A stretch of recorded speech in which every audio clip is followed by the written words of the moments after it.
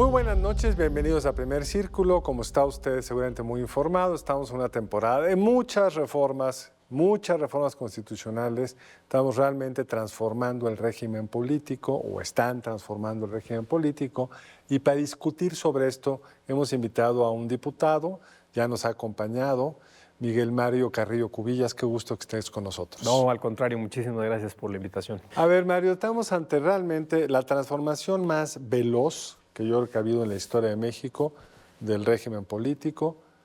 Yo creo que a una velocidad que no sé si estemos claros cuáles van a ser las implicaciones. Todavía esta semana se hablan de nuevas reformas que vendrían, pero pasemos por las que ya salieron. Hay dos muy importantes. Y la más importante es la reforma al Poder Judicial.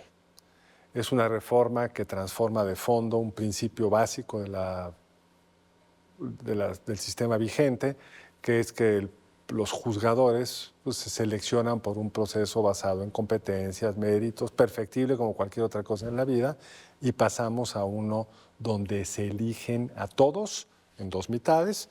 Bueno, las cabezas se eligen a todos en el 25, o sea, ministros, magistrados, etcétera, pero la mitad de los juzgadores federales el primer domingo de junio del 25, la segunda mitad en las elecciones intermedias en el 27. El 27, así es. Cuéntanos un poco primero, ¿te parece? ¿Cuál es la lógica? Porque en ningún otro lugar del mundo, y subrayo el mundo, han hecho algo parecido.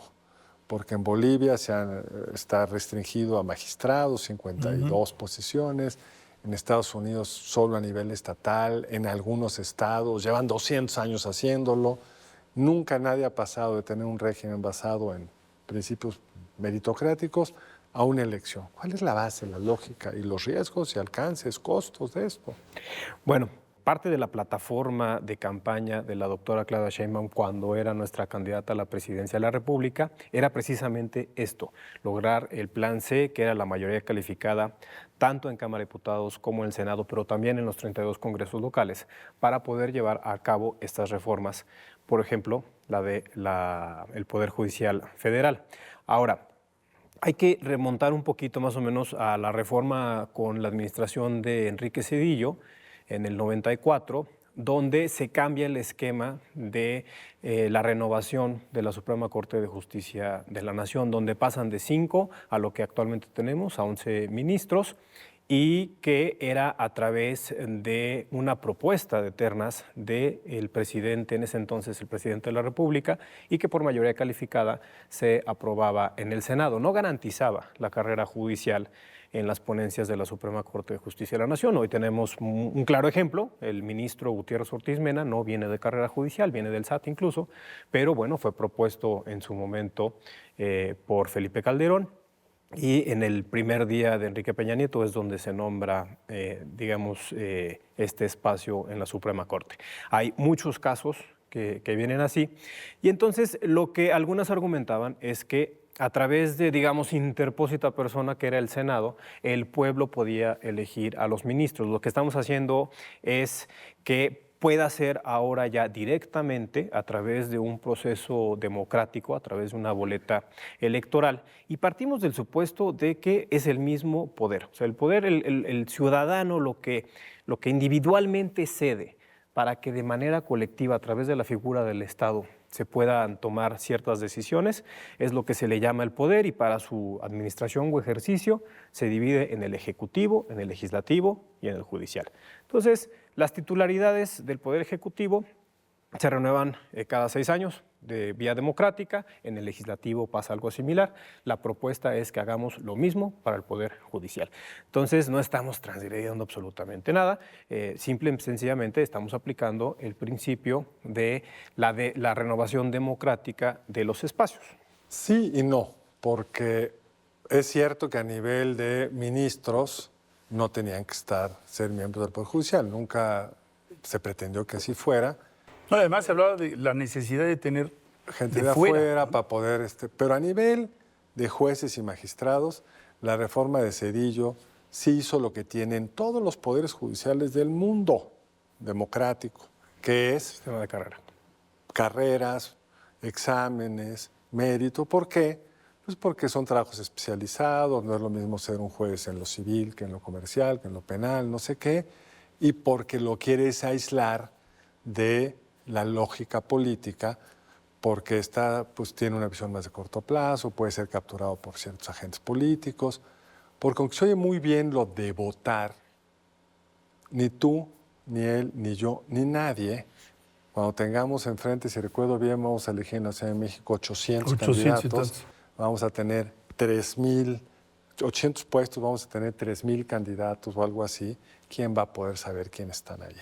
Bueno, lo primero que hay que puntualizar es, se va a respetar la carrera judicial, cambia el esquema porque como antes todo estaba controlado por la Suprema Corte de Justicia, porque quien preside o quien actualmente preside la Suprema Corte de Justicia también preside el Consejo de la Judicatura Federal. Entonces parte de la reforma es que se separe, se va a crear un tribunal disciplinario y lo que pasaba anteriormente es que normalmente las instrucciones o cómo iban ascendiendo, era un sistema de ascensos. Por supuesto que había exámenes de oposición, pero nosotros hemos tenido entrevistas donde hay muchos integrantes del Poder Judicial que decían que incluso los exámenes de oposición estaban pues, ya dirigidos. Sí, se podía mejorar. Entonces, claro que era perfectible y es lo que estamos buscando. Pero a ver, explícame eso, porque yo ayer vi a la presidenta de Morena en un evento diciendo en una universidad, o no entendí muy bien dónde era, pero creo que era en Zacatecas, ¿no? Donde decía, cualquiera de ustedes se va a poder inscribir y podrían ser hasta ministros. O sea, un egresado con 8 de promedio puede volverse ministro. ¿Dónde está ahí la carrera judicial? No es tan directo como lo dice nuestra presidenta del partido, porque va a haber un comité evaluador que incluso ya ha sido designado tanto por Cámara de Diputados y por Cámara de Senadores. También recibimos propuestas del propio Poder Judicial y de la titular del Poder Ejecutivo.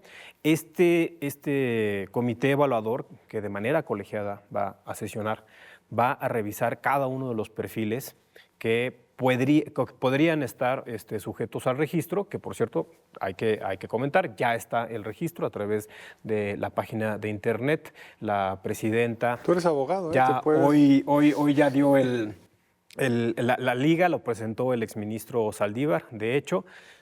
Todas las personas que cumplan con los criterios van a poder estar en este comité evaluador, pero el comité evaluador va y tiene la obligación y la responsabilidad de escoger a los mejores, a los más capacitados, con mayor conocimiento y preferentemente, porque así lo dice la reforma, que vengan de carrera judicial. Entonces, no es tan directo, pero sí le da oportunidad a personas que están dentro del propio Poder Judicial de la Federación a acceder a los espacios que probablemente anteriormente o con el viejo esquema no tenían oportunidad de acceder. Pero algo que desconcierta en México y en el mundo, porque ha habido muchos artículos sobre esta reforma en la prensa internacional, es la idea de ver a alguien que pretende ser juez haciendo campaña. Como que es una contradicción de términos, ¿no? Porque hacer campaña supone tener ya una declaración en favor de A, B, C, quien sea. Y el juez, pues en realidad debería de ser como apolítico, es esta figura que se mantiene, o si tiene sus inclinaciones políticas, las debe de conservar. ¿Cómo se imaginan ustedes eso? Pues la verdad es que ahorita nosotros como lo estamos considerando es que el trabajo que ellos actualmente realizan hable por ellos. ¿Por qué? Porque actualmente todas las personas juzgadoras que son titulares tanto en juzgados federales como en las magistraturas o los propios ministros que allá se les ha convocado, tienen el pase directo a la boleta. Eso sí es, digamos, que ya viene en la normativa de la publicación de este proceso. Entonces, quien actualmente esté al frente de un juzgado y que esté tomando decisiones conforme a leyes, conforme a derecho, de manera imparcial, como lo marca la propia Constitución, el artículo 17, pues evidentemente dentro de su propia comunidad tiene un reconocimiento que va a ser, digamos, respaldado. Sí, pero por no la va a elegir sociedad. su comunidad, va a elegir el pueblo mexicano, van a elegir no sé cuántos millones de mexicanos que, se oye muy políticamente correcto, pero creo que podemos ser honestos en esta mesa, la gente no va a poder evaluar 3,000 candidaturas, cuál es el que está mejor posicionado. Va a haber, pues, sugerencias desde la política de fíjense fulano. Va a haber toda una serie de incentivos. Sí, la movilización. Incentivos Bueno, de- normativamente, y normativa- qué bueno que lo tocas, normativa. doctor, porque va a estar prohibido que los partidos políticos puedan tener injerencia en el proceso. A ver, pero ¿tú crees que va a poder validar eso? Pues para eso tenemos una institución electoral tan fuerte como el Instituto Nacional Electoral, que va a ser quien se encargue Pero ¿cómo de puedes- esta cómo elección puedes y que validar va, eso? y que va a blindar el proceso. Todos vimos la elección presidencial Histórica. que acaba de terminar, histórica, y la Constitución decía que el presidente no podía tener una serie de papeles políticos que sí tuvo. Entonces, digamos, me parece optimista, pero vamos a suponer que lo logran. Vamos a suponer que lo logran. Aún así, ¿cómo un ciudadano va a poder determinar cuál es el mejor juzgador dentro de ellos? ¿Con qué información? ¿Cuánto tiempo te tomaría? Yo estuve haciendo el cálculo. Si yo tuviera que leer bien esos 3,000 currículums, 30 minutos quieres que le dedique, ¿cuánto tiempo? Luego que me tengo que acordar. ¿Tú crees que alguien va a saber por quién votó una vez que salió de votar?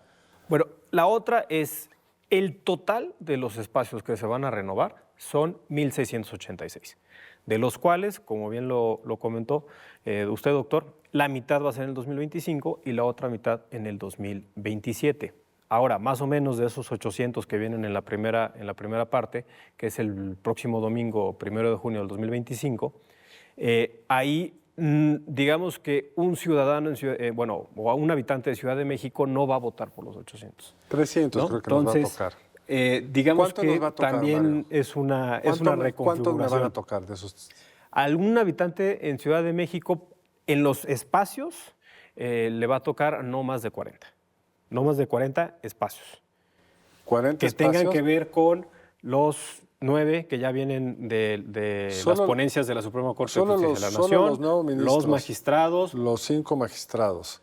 Los 5 del Tribunal Disciplinario, ya son 20. Esos me van a del tocar a Consejo de la fuerzas. Judicatura, y le va a tocar a usted la persona juzgadora de la titularidad de su juzgado de distrito, y de la magistratura, y hay magistraturas que también hay algunas que son de especialidad. Entonces, pero no van a ser más de 40. Entonces, si 40 estamos posiciones, considerando ¿cuántos candidatos? que sean por ahí de 5 máximo en la boleta, 5 por 4, estamos hablando de no más de 200 perfiles que se Pero van no a tener estaban que analizar. garantizados en la boleta los del Los Poder actuales. Judicial. Los actuales Los sí actuales están están garantizados, van a ir a la boleta, tienen pase directo, y los demás son los que van a llegar vía el comité evaluador. Entonces, Ahora, Mario, algo que llama la atención es que esto es como cambiarle las ruedas a un ferrocarril en movimiento. Es decir, si se pone a analizar cuántos casos están siendo ventilados ahorita en los poderes judiciales locales y también en el federal, que por cierto hay que decir, el sistema federal recibe el 5% de los casos. O sea, la verdadera transformación estaría En los tribunales locales. en la preparación de los jueces y de las investigaciones que se realizan a nivel estatal. Pero hay un cúmulo de asuntos que están siendo llevados, el cálculo es más o menos 2,300,000. te voy a dejar con ese dato porque tenemos que hacer un corte. Ándale. 2 millones y poquito Y pico. más de asuntos a nivel federal únicamente. Nacional. ¿Cómo se va a procesar el carro? ¿Se le van a cambiar las ruedas mientras estamos en movimiento? En un momento más de regreso con esa pregunta.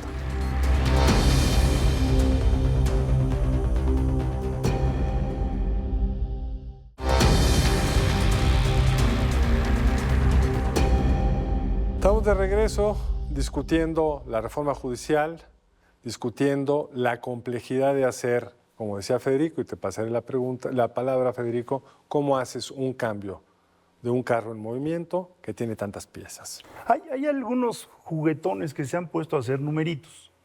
Y entonces dicen, bueno, si se va a relevar a la mitad del poder, de los miembros del Poder Judicial, pues va a haber la entrada de un grupo muy amplio, 800 y tantos jueces, que van a tener que absorber los distintos casos. ¿Cuánto le lleva a un juez empaparse medianamente de un caso? Pues algunos te dicen mínimo 2 semanas para saber cómo están las cosas. Entonces, cuando multiplicas el número de casos que va a tener un juez por las horas que se necesita para empaparse, dice uno, pues va a haber un rezago obligado porque no pueden digerir tan rápido tantos casos. ¿Cómo lo ven ustedes? Bueno, es algo que ya está pasando actualmente. Digamos, en los propios espacios de la Suprema Corte de Justicia de la Nación, cuando se renuevan las ponencias, pasa lo mismo. Pero aquí lo interesante, y por eso insistimos en lo trascendente que es esta nueva forma de escoger a las personas titulares de los juzgados, es que se van a poder inscribir quienes actualmente realmente llevan esos casos, ¿no? Por ejemplo, los secretarios de acuerdo o los actuarios en los juzgados. Ellos van a poder estar ahí y ellos son los que realmente están empapados de los temas. Y si Pero un gana error alguien más, importante de... Y si llega alguien más, pues tendrá que, con mucha responsabilidad, atender y ponerse al tanto de las cosas que están pasando en el juzgado, para el cual fue seleccionado y para el cual él decidió, por iniciativa propia, inscribirse en primer término. Ahora, el asunto es que hubo un grupo importante, digamos, de juzgadores que decidieron que no van a participar. unos ya han renunciado. Unos ya renunciaron. Y preocupa, ¿por qué? Porque la carrera judicial no es tener el título de abogado. La carrera judicial supone aprender un caminito al interior de cómo, desde ser secretario de un juzgado, cómo se reciben los documentos, cuáles son los plazos, una serie de cuestiones. Entonces uno se pregunta, bueno, ¿por qué desperdiciar ese capital humano que estaba ahí? Yo no digo que no hubiera habido un filtro muy fuerte, etcétera, pero es capital humano que lleva muchos años, algunos de ellos, en el Poder Judicial, Sí. que ya aprendieron a manejar eso que se llama el Poder Judicial, sobre todo, insisto, a nivel local, que es donde se llevan el 85% de los casos. Pues más que desperdiciar, porque repito, se les está dando la oportunidad de tener un pase directo, ya es decisión de cada quien de participar por o qué no no. Si querrán por participar? ideología no quieren participar, pues ahí sí ya nosotros ya no podemos hacer demasiado. A ver, Hoy las reglas están quiero entender para bien, que los que digamos. actualmente estén puedan renovar.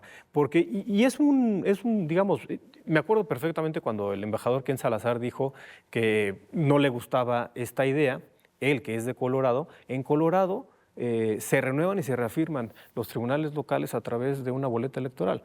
Entonces, si un juzgador o una persona juzgadora está haciendo un buen trabajo, tiene derecho a quedarse, por supuesto. Y estas son las reglas que estamos poniendo. Pero también un proyectista tiene derecho a ser titular. Pero no te preocupa. Y no dependiendo de si conoce o no conoce a alguien en la Suprema Corte de Justicia de la Pero no, Nación. si antes había problemas, había que repararlos. Como el Seguro Popular tenían muchos problemas y luego nos quedamos con algo peor, que ya incluso desapareció el INSABI porque lo hicieron en 15 días corriendo el carro, cambiarle las ruedas es muy complicado. Pero en fin, ustedes ya decidieron hacer eso.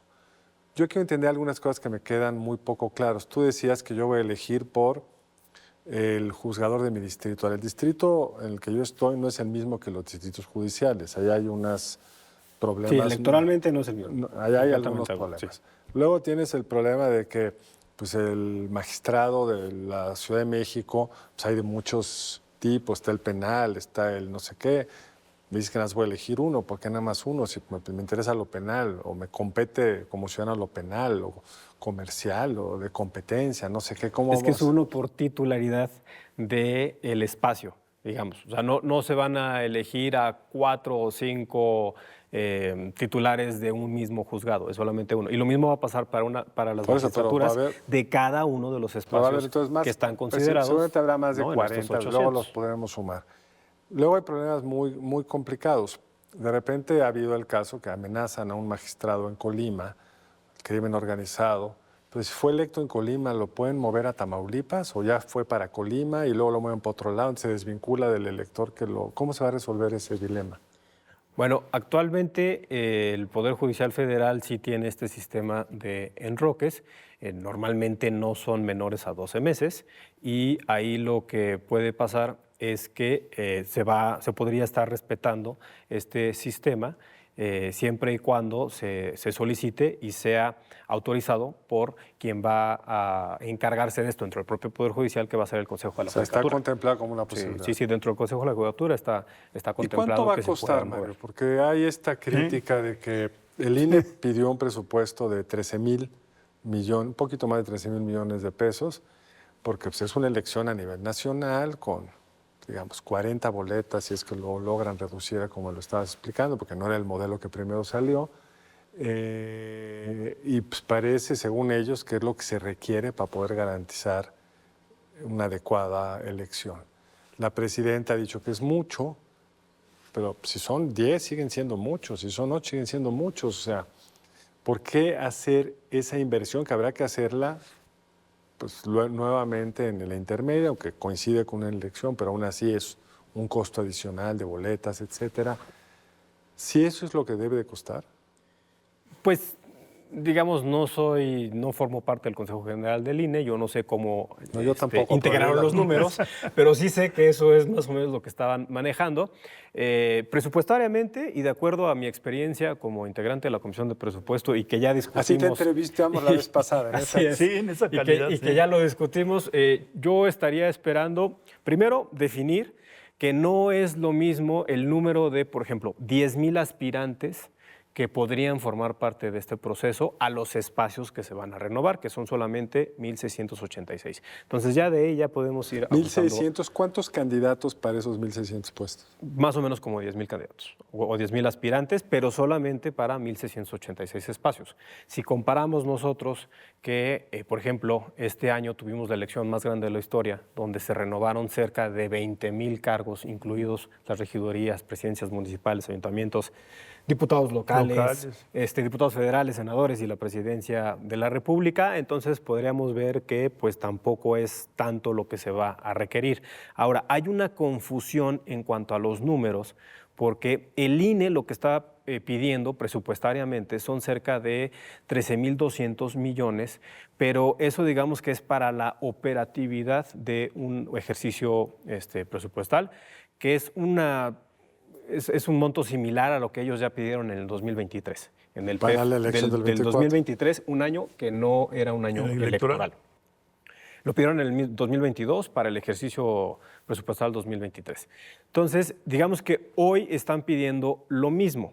Ahora, el excedente, que es lo que realmente costaría la elección, que ahí también ya tendríamos que dividirlo, porque de los 1,686 espacios, la mitad va el próximo año y la otra mitad va en el 2027. Entonces ya estamos hablando de dos ejercicios presupuestarios totalmente diferentes. Estamos nosotros considerando que podrían ser no más de 4,000 millones de pesos para cada elección. ¿Cuánto costó la elección este año, la elección? Como 8,000 millones específicamente, que fue el incremento que ellos solicitaron, para de los 13,000, casi 14,000 millones, llegar a los 20,000 millones que se les asignaron. Entonces nosotros estaríamos esperando que fueran no más de 4,000 millones para cada momento, cada ejercicio presupuestario, y nosotros también lo que estamos considerando, parte en la Cámara de Diputados, es que pueda salir del presupuesto que tienen asignados los partidos políticos, por ejemplo. Entonces, en lugar de mandarle presupuesto a los partidos políticos porque no va a haber elección, los partidos políticos no van a meterse en esta elección, entonces lo mandamos directamente al INE para que el INE organice esta renovación tanto en el 2025 como en el 2027. ¿Y cómo se visualizaría este proceso en la intermedia? ¿Cómo poder conciliar? Pues ahí sí va a haber campañas, ahí sí va a haber partidos políticos, ahí sí va a haber candidatos. ¿Cómo tener una elección que es apolítica, por llamarlo de alguna forma, con una que es claramente política? ¿Cómo puedes hacer esa combinación el mismo día, en las mismas boletas? Pues el ejercicio va a estar muy interesante, el del próximo año. Vamos a ver qué es lo que pasa. Va a ser, como bien ya se comentó aquí en la mesa, algo que no ha pasado en ningún otro país. Yo estaría esperando que se dé un ejercicio sin mayor contratiempo y poderlo replicar para el 2027. ¿Te sentirías cómodo? Pues con una participación por lo menos del 50% del padrón electoral, nosotros estaríamos, digamos... ¿Y si es menos, le quitará legitimidad al proceso? Pues yo espero que no. Digo, ya hubo un ejercicio que fue la revocación de mandato, que no fue en año electoral, donde participó cerca del 30% del padrón. Digamos que no se dio el número para que fuera vinculante, pero sí fue un buen ejercicio para demostrarnos que estas herramientas o mecanismos de democracia participativa pueden servir, y por eso es que nosotros por lo menos estamos esperando que por lo menos el 33.3% de la población participe en el próximo año, pero que sí lleguemos al 50%, que nosotros esperamos que la gente comprenda y entienda la importancia y sobre todo la herramienta del poder que ellos van a tener para poder renovar a las personas o a las titularidades de las personas que van a encabezar. Fíjate que lo los que juzgados. planteas es interesante porque el año que viene no hay procesos electorales y ahí sí es una prueba difícil, ¿no? Porque no va a haber una movilización en el sentido No puede tradicional haber. de los partidos. No puede Porque haberla. todavía en la revocación de mandato hubo una movilización, se permitía. Sí, claro. Y el problema es que ha habido elecciones intermedias donde participa el 35% de la población, jalan mucho menos que las presidenciales. Entonces va a ser una prueba de la participación el año que viene muy dura. Sí, y nosotros esperamos que la gente en verdad salga porque además, y lo Pero repito, ¿con base a qué? Porque las encuestas no muestran que haya mucho interés. yo diferiría porque yo he visto encuestas donde, por ejemplo, la doctora Claudia Sheinbaum ganó con cerca del 65% de la aprobación y hay encuestas que marcan que el 80% está de acuerdo con la renovación. No, pero eso es del Poder distinto, Judicial. están de acuerdo. En eso Ahora, estoy de acuerdo. Pero no es, tú ves las prioridades de los mexicanos, no aparece No aparece. ninguna de las prioridades. Bueno, actualmente hay otras prioridades, como es el tema de seguridad, salud, educación, infraestructura, lo conocemos perfectamente, pero en cuanto a la pregunta expresa de la renovación del Poder Judicial, hay información y hay una gran intención de participación. Eso es lo que no Y conocemos. por eso lo primero es sí lo lo conocemos. Cuando les preguntas, ¿a usted le parece bien esta cosa? Sí, 70, Sí. 75, 60, depende de la encuesta, te dice que sí. Como con la revocación de mandato, si les preguntabas, creo que el 80% estaba de acuerdo con la revocación de mandato. Luego salieron a votar muchísimos menos y eso que en ese contexto se podía hacer campaña.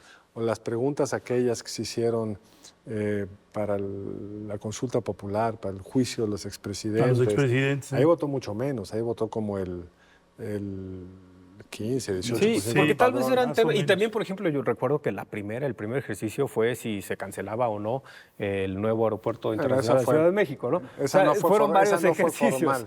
Fueron varios ejercicios, pero creo yo, considero, y conforme a los números que he visto, que es un tema hoy en día que sí le interesa a la Pues eso, gente, el lo tema bueno de es que impartición hay tantas de cosas que no se justicia. van a poder resolver. Veremos en el 25, te invitaremos después del proceso supuesto. para poderlo evaluar, porque lo que sí es inexorable es el tiempo. Se ha terminado, se nos quedaron muchas reformas en el Muchas. tintero. Esperemos poderte ver pronto para discutirlo. Con mucho Como gusto siempre, regresamos. Gracias por venir. No, al contrario, muchísimas gracias por la invitación. Y gracias, hermano. Gracias. Nos vemos la próxima aquí en Primer Círculo. Buenas noches, nos vemos lunes entrante aquí en Primer Círculo.